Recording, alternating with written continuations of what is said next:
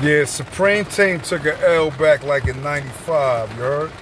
9-5, they took an L to 142 Rockaway Boulevard. You know what I mean? Doc's Gunners, aka Boondox, since 1991. You know what I mean? So Boondox is a team of dudes that took out juvenile delinquents back in 89, 90 or some shit like that. You know what I mean? 150 strong. You know what I mean? All the originators came home around 99, 2000, and all the younger members became G-Stone Crip around the same time. You know what I mean? So yeah, back in 9-5, Ray birthday, you know what I mean? Niggas was in Club Mercedes.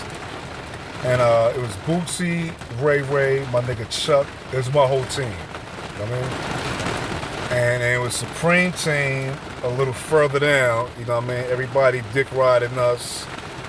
Everybody dick riding them niggas. Because, you know, 142 Rockaway Boulevard, that was like the hottest block in Queens. You know what I'm saying? Unless you're talking about 40 projects, Baisley projects, you know what I mean? So make a long story short, Bootsy buys like 2 or 3 bottles. And everybody's like, oh, them niggas getting it, kid. Look at them niggas, son. Supreme Team niggas is like, oh, these niggas styling like that? We supposed to be the niggas in the limelight. These niggas styling like that? So who we supposed to be if these niggas is blah. Now, mind you, 142 Rockaway Boulevard, you know, we always been some big gold chain niggas, foreign whips, you know, shooters on deck. A lot of OGs from our block, you know what I mean, as individuals, niggas looked up to them niggas from the jail system to the streets, certified niggas, shooters and all that. So we more or less had the same, you know, position in life that them niggas had. So I'm saying, like, if you was a smaller time dealer with a smaller team, more or less you thought big about us. And then on the other side of us, you got Lost Boys. Shout out to LB Fam. That's our peoples too. That's our neighbors.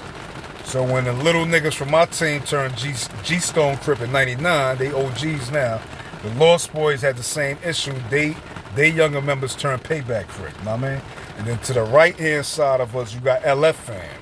See, a lot of niggas don't get them niggas they props, because they like to be low-key. But LF Fam get down too. Them niggas was about 150 strong too.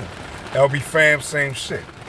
LF Fam and LB Fam, they never got along. But based on who started the fam and the hand clap and all that type of shit. So anyway, you know, these are the big names of Jamaica Queens that hold a lot of weight. If you wasn't LF Fam, Supreme Team, Boondox, or LB Fam, you wasn't some type of team to be looked up to. These are like the 4 biggest teams in the whole borough. You know what I'm saying? So boom, so these niggas getting a little jealous, you know what I mean? Bootsy brought, it was 2 bottles. Bootsy brought 2 bottles. Them niggas was like, oh, word? So they brought 3 bottles. Bootsy brought 4 bottles. Niggas like, word? So them niggas brought 5 bottles.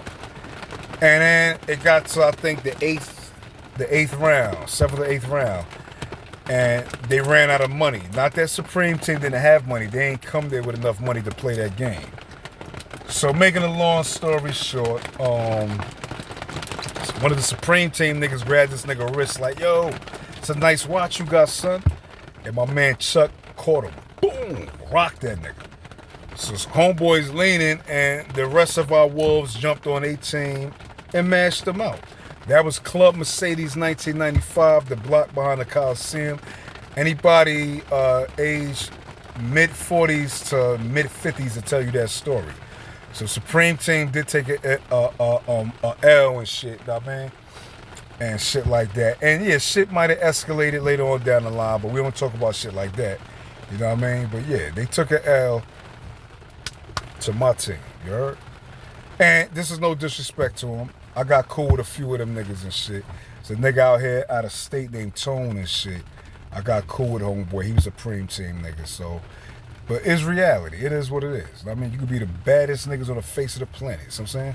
You're gonna definitely, you know, meet your match and shit. You know what I'm saying? I was on Rikers Island under the name Terror, you know what I mean? My name ring bells in too many ways, you know what I mean? Shooter on the streets, bully in Rikers Island, bully in Green Correctional Facility. You know what I'm saying? I almost had to put hands on Mano one time, and he wouldn't have seen it coming. It was some goofy shit, though. He was horseplaying, and I ain't know the nigga like that. And I horseplay the same way, but I ain't know something like that. He was with my little man Slade, the A-Train shooter from back in, what he caught? He caught that case probably the year 2000. I'm a type of nigga come to the yard like, yo, get that fucking money, son. Get the money. As you're weightlifting, and I don't even know who the fuck you is. I might come in there with like a crowd of niggas. And he tried to play that shit. You know what I'm saying? So, yeah. So, you know, is a lot that went on in my past. You know what I mean? I backed down Freaky Taz Killer. I'm the founder of the team on 142. So, I'm saying? I backed down Freaky Taz Killer at the Players Lounge back in, what year was it? 1996, the Player Lounge. It was owned by a nigga named Country, right near 50 Cent's crib and shit. 50 Cent made a song dissing us, you know what I mean? Called You Better Come On Your A Game. Called one of our younger mans and them. He ain't try to shoot the nigga. He just shot towards the nigga to scare the nigga. 50 ran in the car, scared, pulled off, made a song about it in like fucking 5 or 6 months. Probably less than that, you know what I mean? So I'm saying I was nose to nose with Nicki Minaj's boyfriend. That's my man Chris's nephew, so I'm not shitting on his name.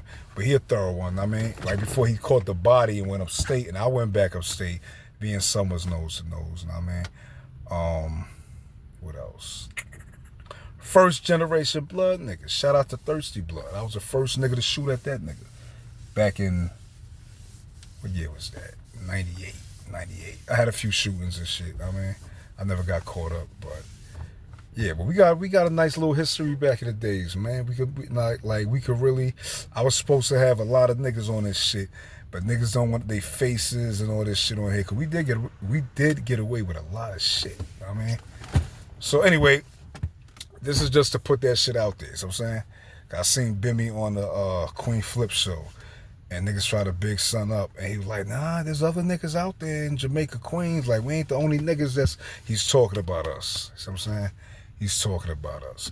Now, I'm going to also, I don't do this talking shit. I'm going to touch ground with this BIMMY snitching shit, right?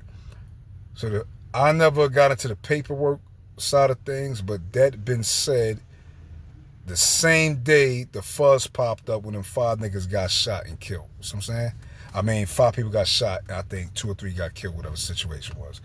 We was all at the basketball game, everybody, all the teams was all there. I went to the store, came back, and I seen the nigga mother holding the back of his head, screaming some shit out the Bible, and then there was another nigga on the sidewalk. It was ill, is I never heard no shots go off. I came back, I'm like, oh shit. The whole day just went gray on the nigga, you know what I mean? But BIMMY is the one that the cops ran up to, you know what I mean? Like, yo, what the fuck is going on? Because he's the source. He's the OG of the little niggas around here. So automatically, you know, just in conversation, niggas was saying, oh, that nigga talking to the fuzz. Because you take it back to the 80s and 70s and shit like that. If the fuzz pop up, you don't have to talk to him. You just walk away from them niggas like, fuck out of it. Or you can just be like, fuck out of here, nigga. But he chose to sit up there like an upstanding citizen and chop it up with these niggas, and that's what fucked his image up. Now, all that other paperwork shit, I don't know about that. You know what I'm saying? But niggas been saying that from day one of seeing him just doing that. You know what I'm saying? So if you're going to judge the man, you know, you're going to judge him by shit like that. But now I'm hearing they got paperwork and all that shit. I don't know, man. I can't call it. I don't know homeboy like that. You know what I'm saying? I don't know something like that. I was locked in with Troy. You know what I mean? I was hollering at some chicks. We was going back and forth to court, and he was with a nigga named Flip from 109 and God Brewer. I'm on hollering at some shorties and shit, and they was hookers. I didn't know. I took a little nap in the ballpen, whatever. I said, oh shit. And he like, nah, we ain't doing that, man. We some fly niggas, man. He like, cut that out, man. And that's the first time I met Troy, and the last time. And Troy went to Rikers Island, you know what I mean, with his reputation and all that shit. That shit didn't really hold too much weight on an island, because you got 5 boroughs of niggas, thoroughbreds, stick-up kids, ballers, killers. You know, we all in there merged together. You know what I mean? I was a bully up in that bitch. You know what I mean? So in his section of, what was that? We was in a Beacon. In his section of the Beacon, this nigga either went to court or commissary or some shit, or visit, And all the blood niggas robbed that nigga. And then the nigga turned blood. I don't know if niggas from the hood know the nigga turned blood. Not trying to shit on the dead nigga's name, but he did something you can't beat him, join him type shit like that. So I'm saying, shout out to my nigga Cheese. Cheese was on that side of things. I mean, shout out to Cheese, Nut, I mean, Max. That's my peoples before they ever picked up flags and shit. Just like all the OG G-Stone Crips. There was Dox Gunnaz, aka Boondox, before picking up flags. I mean, some of the LFM niggas was that before picking up flags. You know what I'm saying? Yeah, that's about it, man. Your niggas need some real knowledge. I mean, everything ain't, dick riding one team. Yo, them niggas is, Everybody got ups and downs, you know what I mean? But for the most, Preem team always held it down. I've never been a fan of no other team other than myself, you know what I mean? But them niggas' names was ringing bells. We just never spoke about them niggas like that, you know what I mean? And that's pretty much about it, man. Shout out to Supreme Team, Lost Boys, LF Fam, and of course my team. And shout out to other big teams, man. In Brooklyn, you had D-Seps, Low Lives, you know what I mean? Bronx had the Zulu Nation. When niggas did a comparison of East Coast, West Coast, it had nothing to do with no East Coast Crips and Bloods. They didn't even birth East Coast Bloods when they had all these teams I'm talking about. We was around first. We was niggas terrorizing the streets of New York. Shootouts, stick-ups, get money, blah, blah, blah. So, make a long story short, shout out to the big teams, man. When they did a comparison, West Coast versus East Coast, it was the big teams in New York City versus LA niggas. You know what I'm saying? It was not the East Coast Bloods or East Coast Crips. It was the teams I just mentioned. Because, you know what I mean? LA had fucking Crips Bloods, Gangsters Disciples, the Essays, all that LA shit. You know what I mean? Vice Lords, all that shit like that. You know what I mean? So that's what the comparison was. You had a lot of big teams in New York compared to a lot of big teams in LA. And our body counts was off the charts, and their body counts was off the charts. You know what I'm saying? So, pay a lot of respects, you know what I mean, to the big circles, you know what I mean, from the 80s and the 90s era. You know what I'm saying? Because we the niggas that put New York on the map long before the gang movements and all that type of shit.